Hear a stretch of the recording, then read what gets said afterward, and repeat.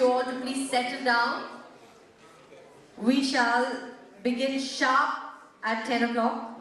Request you to all settle down. If you're doing great, then give me a thumbs up. Let me see your thumbs up. Fantastic, fantastic. So, ladies and gentlemen, my name is Lindsay Rosario and I'm your host for today's conference, and I'm looking forward to the next few sessions. Time, I believe, is an invaluable asset, and each one of you have invested your time and you are here. Thank you so much for being here. Speaks a lot about your commitment. Thank you. Give yourself a round of applause for that. Yesterday we started a journey of adventure, and today we will continue to understand the meaning of unexplored. Ladies and gentlemen, I had so many aha moments yesterday which I am going to share with all of you. That undescribable moment where a doubt leads to a question, and a question finally leads to a solution. And I'm really wishing all of you many, many such moments today. While I was sitting there and listening to all you entrepreneurs, connecting with a few entrepreneurs here, it brought back a memory last year. I've been a professional since 5 years, and it reminded me of my journey. The first time when I got a team member on board, that was in January 1st, I had my first employee. And I remembered interviewing so many people to get my first employees, figuring things out, not knowing what to do. And today I have 4 people on board in my team. And I'm going to be starting my office in May. It was remembering all of that, the struggles, and all of us are on different scales of our struggle, hustling, right, as entrepreneurs. And for someone it is scalability, for someone it is marketing. For me, the biggest pain of as an entrepreneur is my high heels.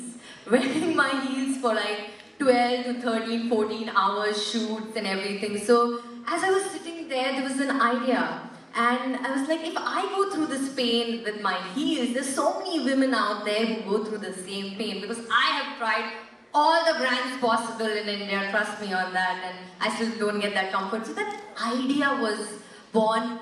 Ho sakta hai, you know, it all starts with that idea, right? Ho sakta hai, there is a probability that I can also solve that pain of several women out there. And as Amrish yesterday said, find a big problem, and trust me, this is a big, massive problem for a lot of women out there. So, wishing you all that, the same eureka moment that I had yesterday. We will now commence with our session. Ladies and gentlemen, shall we begin? Yes. Our first speaker for today, and the session is going to be on accelerating investments. Our first speaker, who's going to chair the session, Mr. Parag Shah, who's the managing partner of Mahindra Partners, the $1 billion USD private equity and venture capital. He has held various board positions, has an extensive experience in building new businesses, startups, turnarounds, joint ventures, mergers and acquisitions. Ladies and gentlemen, please put your hands together for Parag Shah. And our keynote speaker, Kaye, President of OurCrowd. Parag, all yours.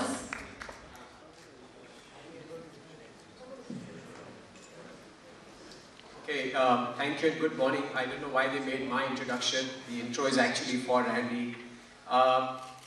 Welcome to day 2 of TiEcon Mumbai 2019. It's a pleasure to have you guys back in here. Every year, one of the things that we think about is how do we expose this audience to different business models, to different cultures, to a different global aspect. And as most of you know, a country like Israel is right up there. Israel has done an amazing job of a startup and entrepreneurial ecosystem. I think most of you again know about the famous book, The Startup Nation. If you haven't, please do get a copy and read it. But what is very interesting for me is that in a very short period of time, we all talk about Silicon Valley, but Israel is actually the second largest, right? If you remove Silicon Valley, they're the second largest in the world. And what is even more amazing is that they have done this with a population of about 8 million people. It's about 8.3 actually, right? So it's amazing how such a small country can do this. And you know, most of us again then start comparing in Israel and say 8.3 in Israel, we've got 1.3 billion people in India, how do we look at it? And let me flip it and be a little provocative, since this is all about Mumbai and TiEcon Mumbai. Why don't we look at Mumbai as a separate little hub? We've got what, something like 25 million people. What is it that we can learn from this ecosystem? So anyway, it is with great pleasure that I want to welcome in a couple of minutes Andy Kaye, who is the president and the CIO of OurCrowd. OurCrowd is Israel's largest, in fact they are the world's largest hybrid crowdfunding VC, as they call it, over 30,000 credited investors across 150 countries. A little bit on Andy. So Andy is joining us from Israel. He's flown in from Jerusalem yesterday. He spent a large part of his life there, having moved there from at the age of 16 from England. He was a naval officer for 7 years. Again, I don't know how many of you know Israel, but in Israel you have compulsory duty, and that's where a lot of their high tech comes from. So he was a naval officer for 7 years, part of SEAL actually. And before he went out there to New York, where he led a 20-year career in global investment banking. He then moved back to Europe, US. He then, interestingly, even ran the William Blair office out of China for 5 years. And then finally, he came back into Israel, where for the last few years, he has been the president and CIO at OurCrowd. So, without much ado, I'd like to welcome Andy on the stage for his round of presentation. Thank you.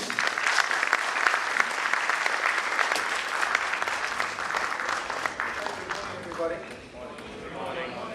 So what I want to do is talk about Israel, but in the context of stimulating thought about what should happen and what can happen in India, and specifically, obviously, around Mumbai.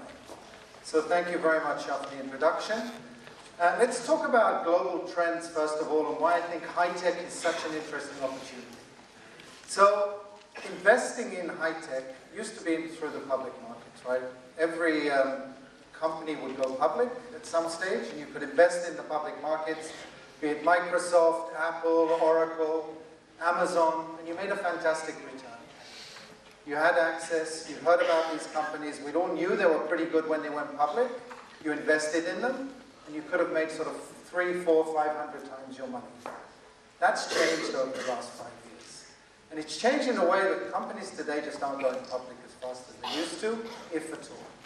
And the reason is there's a lot of wealth out there, there's a lot of money, there's private equity putting in, there's SoftBank with their big checks. So these companies really are staying private much longer. And what's happening is when they do go public, the Facebooks of the world, Uber supposedly going public this year, it's at a really high valuation. And if you invest in them, the questionable how much return you're going to make. So you're certainly not going to make 200, 300, 400 times your return. In actual fact, if you had to invest in Facebook, you've made a decent return, but it's 1, 2, 3 times your money. So where's the money being made? It's being made in the private companies. And so we're seeing a lot more capital today seeking to get into the private companies. And that's really part of what we're doing. We're opening it up to a broader set, because really, it's a very closed universe. It's a universe which is the names Sequoias and IDGs and other funds which you're locally very much aware of, they're investing in the companies. But for the individual, it's very difficult. But really, that's where the money's being made. So if we look at it, and the case here, this just highlights that you can really see today the returns that were made historically versus the returns which have been made over the last few years if you'd invested in Facebook, Twitter, Yelp, LinkedIn, all the others. Okay? So that's a very clear trend which is happening. How is that, what's the reflection of what's happening in Israel, what's happening in the US, what's happening in India as well, and China, is that more money is going into this. If you sort of look at it, Israel is a small country, but the industry last year saw 6.4 billion invested in venture capital, which is a lot of money. And as you can sort of see, it's been an upward trend that's happening. By the way, that money is not coming from inside Israel, it's coming from abroad. It's coming from the US, it's coming from Europe, it's coming from Asia. Exits, obviously, if you're investing in venture capital, which is a fairly risky category, you've got to have exits. And I'm glad to say, certainly from the angle of Israel, we're seeing exits taking place. So people are making money, which is important. The uptick in 17, by the way, was sort of, you talk about Flipkart, we had Intel paying Mobileye for 15.3 billion. So that's one of the reasons why you had a significant uptick in 17. So who's buying these companies and what sort of exits you're seeing? It's multinationals. Which if you're in a small country like Israel, it's very significant. Because we don't have the 5,000 plus multinationals, MNCs that you have in India. People aren't coming to Israel for the local market because it just doesn't really exist. There's bigger markets and more opportunities abroad. They're coming to tap into the technology. Okay, and you can see here highlighting one of them in the middle, as I just mentioned, obviously Mobileye, which was bought as a public company. It had gone public at 4.3 billion and was later bought at 15. So public market returns there, sort of pretty much in line, as I mentioned earlier on. Talking about the multinationals. So that's something we, certainly from the Israeli angle, monitor, and I think is important. I think there's an Indian angle here too, because multinationals are coming here mainly to tap into the local market, but it starts to be interesting when they have development centers, and I think most multinationals feel very comfortable in India, that's for sure. Israel, not as clear-cut because it's difficult, it's difficult people to manage because they think a bit differently, very often. But in addition to that, here you see in Bangalore, Pune, Chennai, etc., you see multinationals for many years, and I'll talk about it a bit because I think it's a fantastic training ground for future entrepreneurs. Wouldn't want to miss the Indians, so sort of putting that in perspective. In India, you don't really break out the VC and PE. It's sort of lumped together as it is around the world because it's the alternative category, right? People are investing in alternatives. So the size of the industry, 26, the majority of that money actually is in private equity. It's in private equity, by that I would probably categorize sort of the investment, etc. So it's very later stage by bigger players such as SoftBank and others. Okay? So it's certainly, you've seen exits.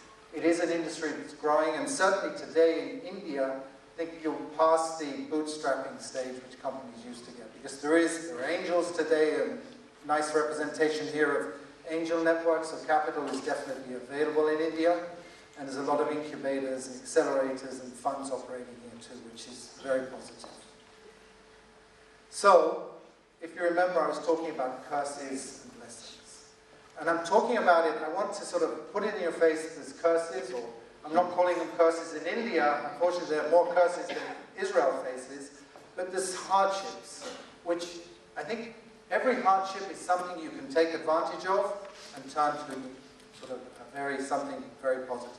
So let's look at it from the Israeli angle, sort of, unique demographics. Certainly, we have a bit of luck in this. Good timing, distinct fundamentals have helped Israel sort of getting to where it is today. But at the end of the day, it's a small country. It's a small country which many people were sort of wary of because of our neighbors. We're in a bad neighborhood, right? There's not peace in an area, unfortunately. It's a little bit difficult. So we've certainly had a lot of challenges and curses, but I think all of these can be turned into advantages. So let's look at a few of them, sort of you're all aware of probably about Israel. If you're not, I'll talk about them specifically. So we're in a desert. We don't have any water, and that's a challenge for sure. What's the blessing? The Israelis have used that. We've used that to our advantage. We now have 90% of our drinking water, and light farming is done through desalination. So we've got a sea next to us, so we're desalinating water. That also leads to peace, by the way, because we're able now to export water to Jordan and even to Gaza, etc., where they have water problems. So that's turning it around. Agriculture, you still want to be independent and grow, so you have irrigation systems. More recently, we're now seeing deep tech, AI coming into play so that people are able to gather data and turn it to your advantage. Don't think about Israel when I'm talking to you. Think about India and how the challenges can be turned into advantages too. Unfortunately, these aren't dead soldiers, thank God, they're resting. But it's a challenge. All of us at the age of 18 have to go into the army. That's women and men. But the blessing is, did you get trained? So, because as a country we've got a lot of risks. You're being trained, cyber is a global, it's sort of a country risk. Technology is a country need.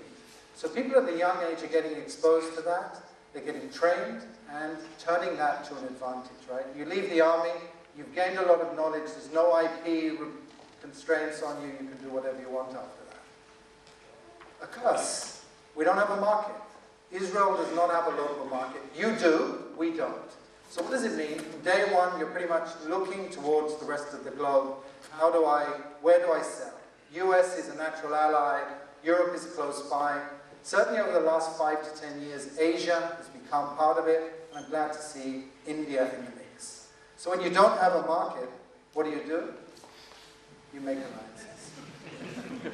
Not by choice. We're very proud of our proximity, great relationships between our prime ministers, great relationships between our people. I think we can do a lot more. Israelis are here, they're global because we don't have a lot of money. Of course, we have missiles being fired into Israel, right? It happens a lot. There's thousands of them coming in from Gaza. What do? So we've managed to take technology and develop the Iron Dome. The Iron Dome is a multi-input, very short period of time, 15 seconds. In seconds, you're making decisions. Do I shoot that rocket out of the sky, or is it going to land in the field? It's literally at that decision. You're deciding whether the rocket's going to, the trajectory is going to land in and hit a house, or a kindergarten, God forbid, or land in an open area. If it's landing in a field, you don't need to shoot it out. Now that software has also been privatized, by the way. It's from a private company. We're investors in that company. And I'm glad to say even here locally, Geo is deploying the same software for their network. Utility companies around the globe using that technology to manage large systems. That's turning something which is a difficulty into an advantage. A lot of people don't really support Israel and have a problem with it, and what that really is what it destroys. So what's the blessing? You're living in an environment where people are more willing to take risks, they're more willing to go out on a limb. Glad to say the same is starting to happen in India too, right? It used to be a taboo. What happens if I fail? My family is going to lose face. Today, it's, one of my colleagues says it's actually, we look quite positively. Someone's failed once, means he's learned a lot from that journey. Second time round, the chances are he's going to be successful. So you can twist that. Israel has a high birth rate, which is a blessing certainly in our mind. Life expectancies, that's technology is also being deployed. We don't have any natural resources. I mentioned earlier, obviously, water, and there's others. So what do you do if you don't have any natural resources? You take advantage of it, right? So academia, people now, college graduates, Nobel Prizes, of course, and R&D. So that's very much part of the DNA, and that's turning something which is a constraint to your advantage. Looking at India, right? I won't call them curses, but certainly hardships exist here. And how do you sort of think? I just picked up 3 challenges which the World Economic Forum mentioned, which I think are worthy of it. Skill development and employment for future workforce. High-tech, other opportunities for sure. I think you're all here because you sense this is a great opportunity. And it doesn't have to be government-sponsored, right? It's, at the end, certainly in India, the private market pushes ahead and just hopes the government won't be too involved or interfere. As far as social, sort of spreading it out, no one said that everything has to be in the concentrations. You have an ability to sort of set up startups. In actual fact, some startups, even in the small country of Israel, find it better to be outside of the centers so that they don't face the competition, so that they can sort of work on their projects separate and not have the fear that people are going to go to coffee shops and overhear them, etc. And a healthy and sustainable future for sure. I think technology is the key to this. Startups will be an integral part of it. I would be, if I was in India, I would certainly be thinking about it. How do I take advantage of this? Mr. Modi wants to see doubling of farmers' profitability and output. It's going to be technology that's going to do it. So think about that. Think about, I think, there's huge opportunities, certainly in India. And how many startups are addressing it? I don't think enough, candidly. So, I want to share now a few of the trends. This isn't so you walk out the room and think, oh my God, Israel's so far ahead, what are we doing? Because I just want to show you how granular tech is starting to deal with it. And I'll go through a few areas which I think are sort of hot trends. AI, we're all talking about AI. And AI, it was machine learning, it's a bit of a buzzword, but really it's analyzing data, taking advantage of that data. Indians are amazing at it. I think you've sort of got centers working on it, and we had a conversation earlier this morning. We were talking about it, but who's driving it? Often the multinationals from outside of India. I think Indians have a huge potential to be part of it, and should be driving it and not actually be the workforce in Bangalore delivering it for a multinational. Okay? So certainly, these are the centers we see, and I'm glad to say we're catching up, because AI today is applied to so many different industries. Now, looking at that, it's just to sort of look at the slide and understand how many different applications, right? It's not, oh, I'm an AI startup. It's really getting very, very granular. And this technology is being used in multiple, I'm happy to share these slides, by the way, just so you can get a sort of feel. And you can see how much money is being invested in this sector.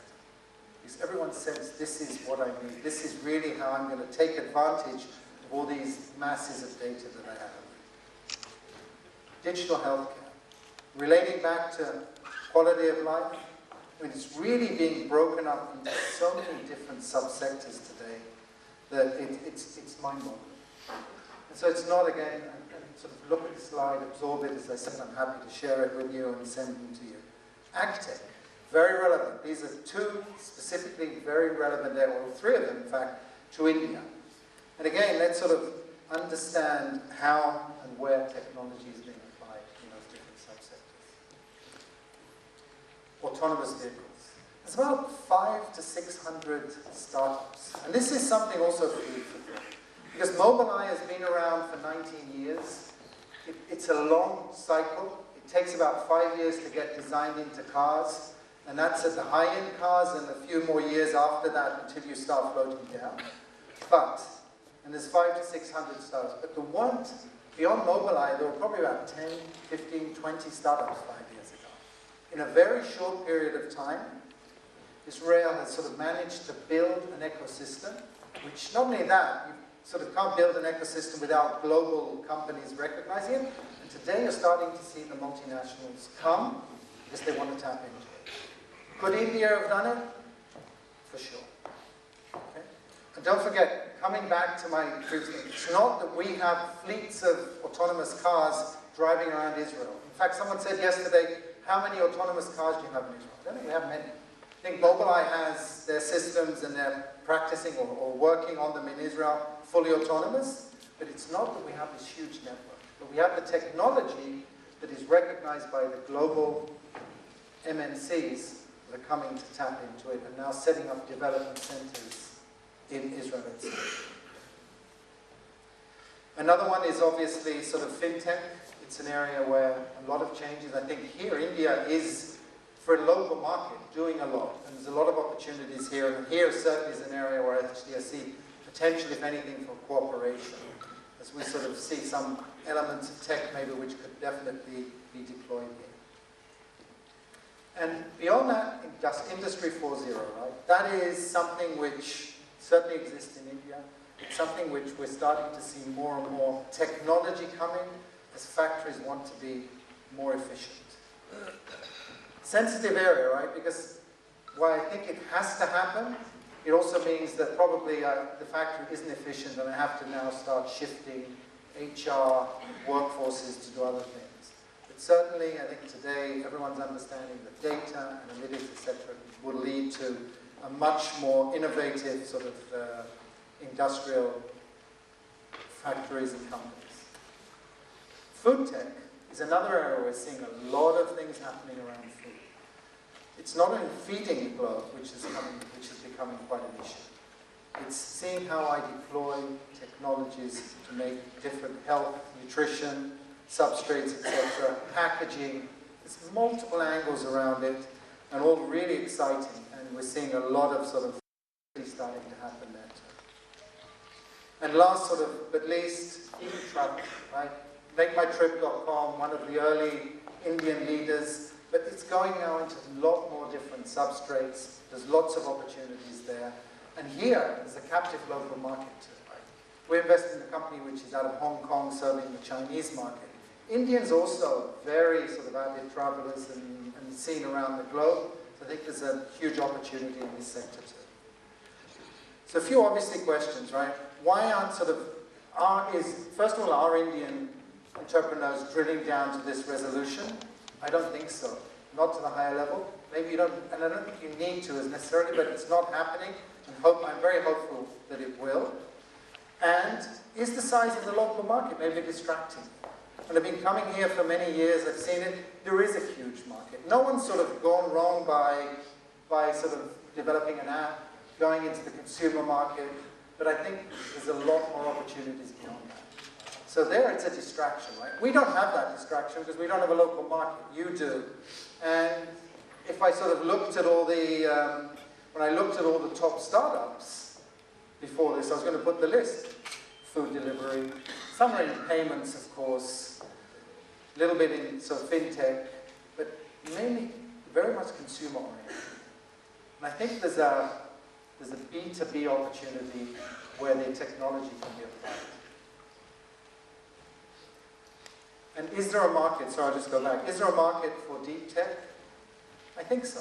I'm not 100% certain that it's as granular is going to find a local market, but I'm certain that Indian entrepreneurs can definitely apply that. If they develop the technology here, it can be applied abroad. I mean, and this is a comparison where I'll make between the Chinese.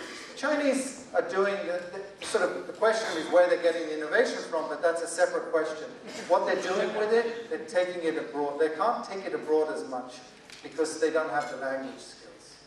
Indians, not only sort of, you've got great enclaves on the West Coast and other areas, language is not a barrier. And that's a significant element. Many of you, probably in this room and certainly in India, are being trained by MNCs. I think it was a blessing for Israelis because we're so sort of not structured people that working in a large corporation added some structure, sort of mindset of people so they saw how multinationals are managed. And whereas it sort of used to be, or probably maybe today, still regarded as, I've got a great job, I'm working in an MNC, I think you could also use it as a training ground. It's something which certainly should lead to thought of maybe what I can do, and I can do something as sort of a result of what I've absorbed over my period in an MNC. Okay? And I think there's a balance to be struck. Not just looking at the consumer sector, but taking technology and thinking out of the box a little bit more, and thinking, can I apply it to opportunities abroad? Can I maybe cooperate with an Israeli company that has this core technology and see how we work? By the way, we have another constraint in Israel, which is with 8.6 million people, we're constrained by HR. Right? It's not endlessly scalable. And I think here is another area of a lot of, not that Bangalore would be the outsourcing of, or use of good technicians, but maybe work together more intensely, maybe doing joint startups, maybe seeing how you deploy it. Okay, so I think there's a lot of opportunity here for sure. And it's not that all of your companies, I mean, I was asked last night, okay, how many companies have become global out of India? I said Infosys. And I think Infosys, again, probably used their local advantage, but I think if the technology is developed here, there's an opportunity to export it. People will be comfortable, right? I mean, the same thing. Don't take Israel as a foregone conclusion that everyone wanted to buy from Israel. People buy from Israelis because they don't have either because they don't have a choice or they think it's the best technology. So if they got comfortable with Israel, for sure everyone's got an MNC. Look at all the MNCs here, right? They're comfortable employing local technicians, local engineers, local talent. So that's not an issue. So, I mean, where does it go? I've sort of mentioned this. I think for sure DNA, there's a commonality here. There's HR, there's a lot of opportunities. And I think certainly Israel, India, there's a lot of complementary opportunities there. A little bit about OurCrowd. As Parag said, we've sort of come very fast. We're certainly disrupting the VC sector. We'll talk about that a little bit because I think some of you are obviously inclined to do startups or invest as yourself, to talk a little bit about what we see. We've built a very big network of 30,000 accredited investors around the globe, and we've deployed or have commitments about 900 million. So we invested in 120 direct startups and 50 through funds, which we've also started to invest in. Locally, in India, we've invested in Zoomcar, Nia, which is more Singaporean today, but certain Indian entrepreneurs. We're certainly very open to investing in India. We feel comfortable, and we think there's a great opportunity for investors. And we invest very much alongside. It's important when you're sort of working under our model, which is a little bit different. People want to see that we invest, and we invest alongside some great angels, strategic partners, which include here Reliance, two sides of Reliance, and venture capital funds as well. Okay? So how does it really work inside a venture fund? Just very briefly, because maybe some of you have had that experience, maybe some of you are VCs yourself. Very much a funnel opportunity, whereby analytically, where we sort of analyze quite quickly some opportunities we put aside, and then we go into management meetings and in-depth DD, right? And sort of about, certainly from our case, about 1% of the opportunities we see, we invest in. Israel has about, we sort of see probably about 2,000 plus startups a year, and we invest in about 1% of those. Okay? Stage today, the industry is going through a lot of stages, right? I think, as I mentioned earlier, we're not playing in there, but you're seeing a lot of money put into the later stage companies. That's these mega funds, Sequoia raising 6 billion, obviously the 100 billion SoftBank fund, etc. So you're seeing that, that's a later stage. Earlier stage, people are investing in seed. It's really, that's where a lot of the opportunities, that leads to some significant returns, because valuations are still kind of low at that stage. But there is a need to continue to finance those companies, obviously, through A, B, C, as they continue to grow. What do we look for as a common VC, not OurCrowd specifically? Obviously, it's all about the interpreter. It really is all about, because when it's such an early stage and the guy's got a business plan, you're really betting not on that business plan, you're betting on the interpreter. Because you've got to have flexibility, right? You may start out in a certain direction, technology doesn't line up, or you think you've desertified, you can pivot. Perfectly acceptable, nothing wrong with it. Not by a few degrees. If things aren't going great, you certainly should be adaptable and able to do it. There has to be a market, a sector, and it has to make sense from a sort of look at, and beyond that, how much capital. Technology, by the way, it's not the big barrier it used to be. Will I be able to develop the chip? Will I get the software in place? Today, that element is happening a lot quicker than it used to. So it's not it's not the big barrier. And obviously, every VC or every investor wants to know they can help the company grow as well, which is extremely important. And beyond that, you don't want to be there alone. Right? If you're investing in a company, you want to make sure that there's other VCs, other pockets to sort of help the companies.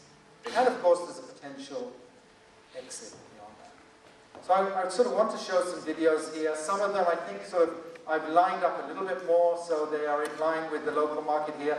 Just think about sort of these opportunities. These are startups which had an idea and I think are kind of pretty cool. Because seniors love technology.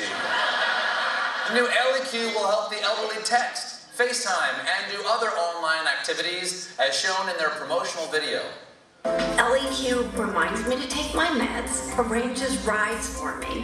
She even reminds me of all my appointments. Mary, don't forget bridge with the Golden Girls at 1 p.m. Would you like to practice? Oh. I don't need to practice. I didn't catch that. Do you want to play bridge or not? Oh, fine. I said it's time for bridge practice. Don't upset me, Mary. It would be a shame if someone mixed up your meds. So what do we have here? This is an AI interface, right? It's being applied for the elderly, provides a lot of comfort. It was released, it went commercial at CES last month. But beyond that, it's an interface. So it's an interface which can then be and will be applied to other environments, right? So that Alexa and others aren't the only game in town. This could theoretically have that. It has that core technology as well, but a fantastic sort of initial application. Drones. Drones, DJI controls that market, guys. I think anyone sort of wanting to take them out, you'll see in a bit, there are applications beyond that, but I think 75% of the global market is controlled today by DJI. But there's levels of technology which can be added to their solution. This is a drone video in a search and rescue expedition. As you can see here, the pilot lacks orientation and is unable to complete his mission. He's essentially flying over water and houses. Our augmented reality software allows the pilot to witness maps, distress signals, as well as the GPS location to find the victim. This software is live and working today. We are also augmenting maps, as well as power lines, fire engines, firemen, and other mission-critical objects in this emergency situation. The software is streamed back to the local command center, allowing these people to make quick decisions to understand what they need to ship to the site.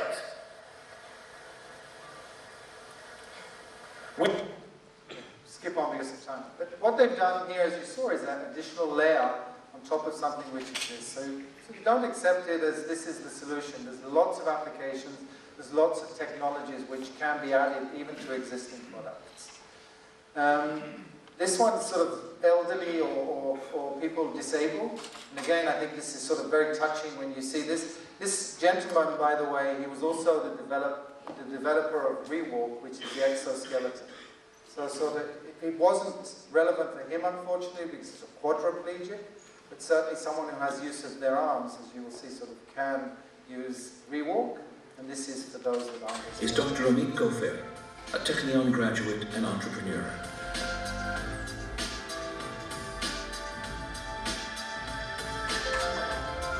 The Up and Ride brings quadriplegics from a sitting position to an upright position, both indoors and outdoors. Recharged overnight, it can negotiate a variety of surfaces, sidewalks, and slopes, responding automatically to obstacles and hazards. Being able to stand and move is extremely important for people with psychological health, not only their physical one, and the dignity of the person, self-esteem. After an accident left him quadriplegic, at first, Goffer put his ingenuity into developing the Rewalk, a revolutionary system that enables paraplegics to walk, climb stairs, and even participate in marathons. When I started with the Rewalk robotics device, I was wondering how come wheelchairs are the only solution for people that are paralyzed. So this was like my great motivation that it will be kind of replacement to wheelchairs. Just in the developed world, there are about 8 million wheelchair users. If you go to the rest of the world, it's about 70 million. Rewalk returns the functionality of walking, but not every wheelchair user can use the Rewalk. And the Up and Ride is the solution for all those people that cannot use. Again, curse to opportunity, right? Think about it. I mean, so this is a touching demonstration of that. Skytran, I mentioned just because we partnered with Reliance in India, and Reliance invested in this company too. Novel thought, maglev technology, not as in Shanghai, having to have a power station electrify the track, but actually the pod itself is where the litigation system is, and it really needs just a quite simple steel girders to go on. We'll see if it gets deployed. It's more of an early stage of the star shot, but I think we're certainly looking in the traffic that we suffer here, in Israel and all around the globe. It certainly is a very novel and could be really a potential solution to traffic. PropX. Again, this is a technology, I'm not sure, we have a look at the video, I also want to take some time for Q&A, but PropX is again something which is planted into fields, provides information on irrigation, whether you need to irrigate the field and how much. So giving information to farmers to manage their fields effectively. Not only that, that becomes a big data play, right? Because it's all put in the cloud, and I can now pick up global trends. These sensors. So, apologies. And again, talking about DJI and their control, autonomous drones, they're not making. And Aerobotics is one of the leaders in autonomous drones. It gets out of sort of the FAA or the problems that it's really working inside perimeters of mines and large factories, but sort of, again, something which is quite novel. Our core technology is truly autonomous. That means drones are launched and landed automatically without need for a pilot. Our system is easily operated by anyone from anywhere. And drone missions are deployed with the click of a button. We have refined the way drones are used and have turned them into a professional industrial tool. Sensor and battery swapping capabilities turn our drone into a multi-tool that brings unprecedented value across various applications. Sorry about that being short. So again, ideas can be deployed, capital's available, we're investors in this company as well. You know, I think just dream, and I think you really should. All of you are invited. We have a global summit next month, and just sort of, I'll show the video just to give you a feel sort of what you can see. If you can make it, please sign up. It's on March the 7th, and if not, we'll for the first time actually be podcasting it or webcasting it live, so even if you're sitting here, you'll be able to see and pick up on some of the trends and hopefully stimulate your mind a little bit. So I'll finish with that and then Q&A.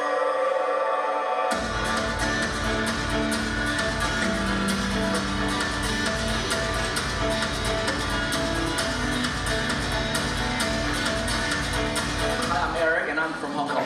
I'm just coming here to inspire myself on all this kind of new technology from Israel. I'm from South Africa. I came here to meet with other global entrepreneurs. Israel has become the home of global startups. So the tech scene here in Israel and especially in Jerusalem is really hot. We have made a lot of really wonderful connections here. Everyone from Vocal Zoom to Exo Technologies. I haven't seen a level of production like this anywhere outside of Silicon Valley. This is remarkable. 10,000 people registered here. The world is here. We have now people sitting in this auditorium and people from 90 different countries. I'm from La Plata, Argentina. We are here to learn, to know, and to networking a lot. Because Israel is the greatest place in the world, and we need to come here and know everything about everything. The Honda Robotics booth was incredible. I've never seen anything like it. They had drones and robots. I think there was a car that you talked to. I'm here looking for investment opportunities, as well as getting some information about the industry. And what I was surprised is to see how global it is, because I think that 85% of the visitors, none of them were from Israel. We are very excited to be back in Global Investor Summit. It's any company, innovate or die. That's why innovation is so important for Honda. I really like such kind of energy, because only the energy will be able to change the world. I think this is an absolutely amazing event. I don't think there's ever been an event like this in Jerusalem. Summit's been amazing. Israel is amazing. This is my first time here. This is not my last trip, I can tell you. So please, you're all invited. I mean, sign up on our website, and if you can't make it, it'll be webcast. But just again, hopefully what I've managed to sort of bring is that technology is changing the way we live. It's changing our lives, it's changing the way we think, and it's going to continue. It's changing the world. And I think there's a huge opportunity, certainly for India, certainly for many of you here, to be part of that and make a difference, right? Many unique demographics here, many significant advantages that you have, huge potential for sure. I think take a leap of faith and have good luck. And thank you very much.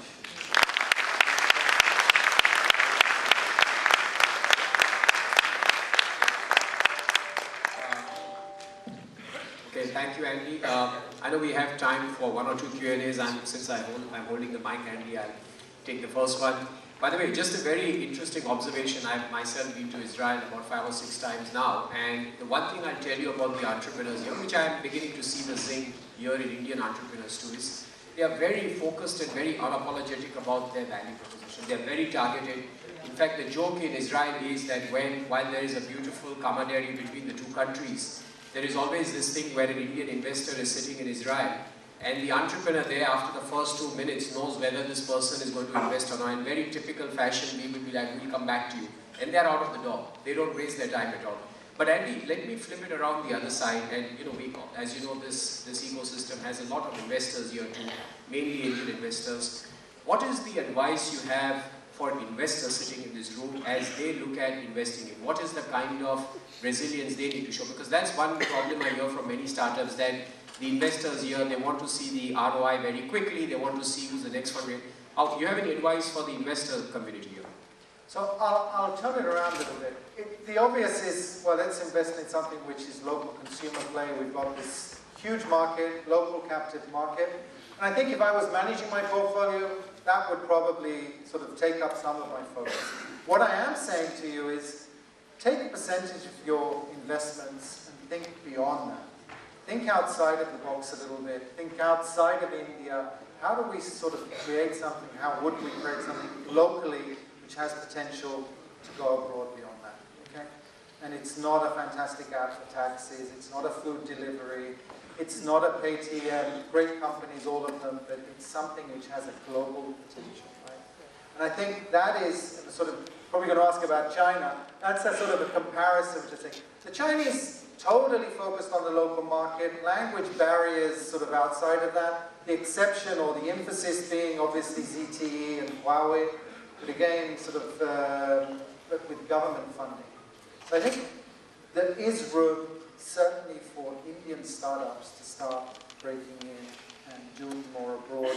By the way, you've got colleagues on the West Coast, you've got colleagues in different places. I mean, think about it, it's not, you can do it from here. You don't have to go to the West Coast. In actual fact, if I was Modi, I'd be enticing a lot of them to come back, so I think there's fantastic opportunities here too. I'm going to take 1 or 2 questions from the audience. I think I have one already here. Then we'll go with the second one. Amit, you want to? Can we have the mic here, please, on the first row? Hi, thanks. That was fantastic. I actually have 2 questions and a follow-up to yours, what you mentioned right now. One is, in your mind, what would be the 1 or 2 Indian entrepreneurs or startups that you think have the potential?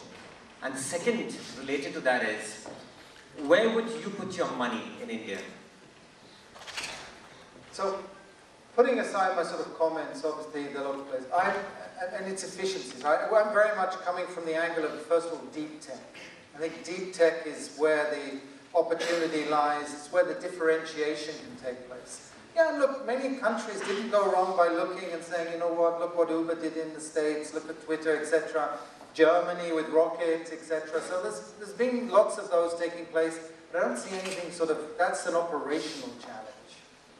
Deep tech is where I'll be investing. And I think there's some fantastic talent here. As I mentioned earlier very briefly, when I started coming here, that talent existed, but it was being built, these guys were bootstrapping. And they got to taste profit from it, and they were successful because they were extremely smart. They sort of capped themselves out, and then it was maybe part of the profits would look. Today, the venture capitalists are here, the 200 plus funds that are investing, the accelerators. So that's where I'll be investing. And I'll be sort of working with them and encouraging them to don't look locally, think big, think globally. I've seen many. I'm sort of, we've, as I mentioned, invested in Zoomcar. Bangalore I love because I see a lot of techies there, and I had great hopes for Itium early on. I mean, that was Srini, right? I've seen so much potential. I think it's just finding that sort of ability to help people. Certainly, and by the way, where Israel is accelerating and sort of where's the big difference? You've given Israeli a problem, he'll solve it. You think differently about how to solve it. Well, I think, Andy, actually, Amit is coming in from a very selfish reason. Since you're in Bombay, make sure you have your checkbook out. This is all about TiEcon Mumbai. Okay, we'll take a second question. Yes. with so many companies, it's pretty fascinating to actually see the number of startup companies in various areas. And Israel, the geographic area being so small, how does the country handle and companies handle the salary inflation and the housing crunch? Housing crunch, the government's dealing with, right? It's something which is very difficult. Just to be clear, right? Our the younger generations are really challenged to buy an apartment. Certainly if you want to live in Tel Aviv, because it's horrendous. So there's effort that we can't solve as startups. So I've seen sort of houses and everything else, sort of modular, etc. being. As far as the number of startups and how do we manage that? Sorry, is that your question? I think sort of pretty well. I mean, we've got the networks. Then we have the ecosystem which is in place. And the salary. And salaries, I apologize. And salaries, unfortunately, the world has a very unique knack of finding equilibrium, right? Because people can get on a plane and theoretically go and work on the West Coast. So salaries, unfortunately, are on par. We've got some big multinationals. Intel employs over 12,000 people in Israel. They're employing them they're employing just the talent, but they're paying them salaries on par with their global salaries. So it's not cheap. People aren't coming to Israel because of cheap labor. It certainly is on par with the West Coast. Okay, I'm sorry, I can see lots of hands, but unfortunately we have run out of time. So let me just, Andy, thank you once again on behalf of TiEcon Mumbai. Wonderful, thank you for coming down from Jerusalem. And I think Andy and his team will be around for the next one. Thank you. Thank you, and please, dream and capture, conquer the world. Thank you very much.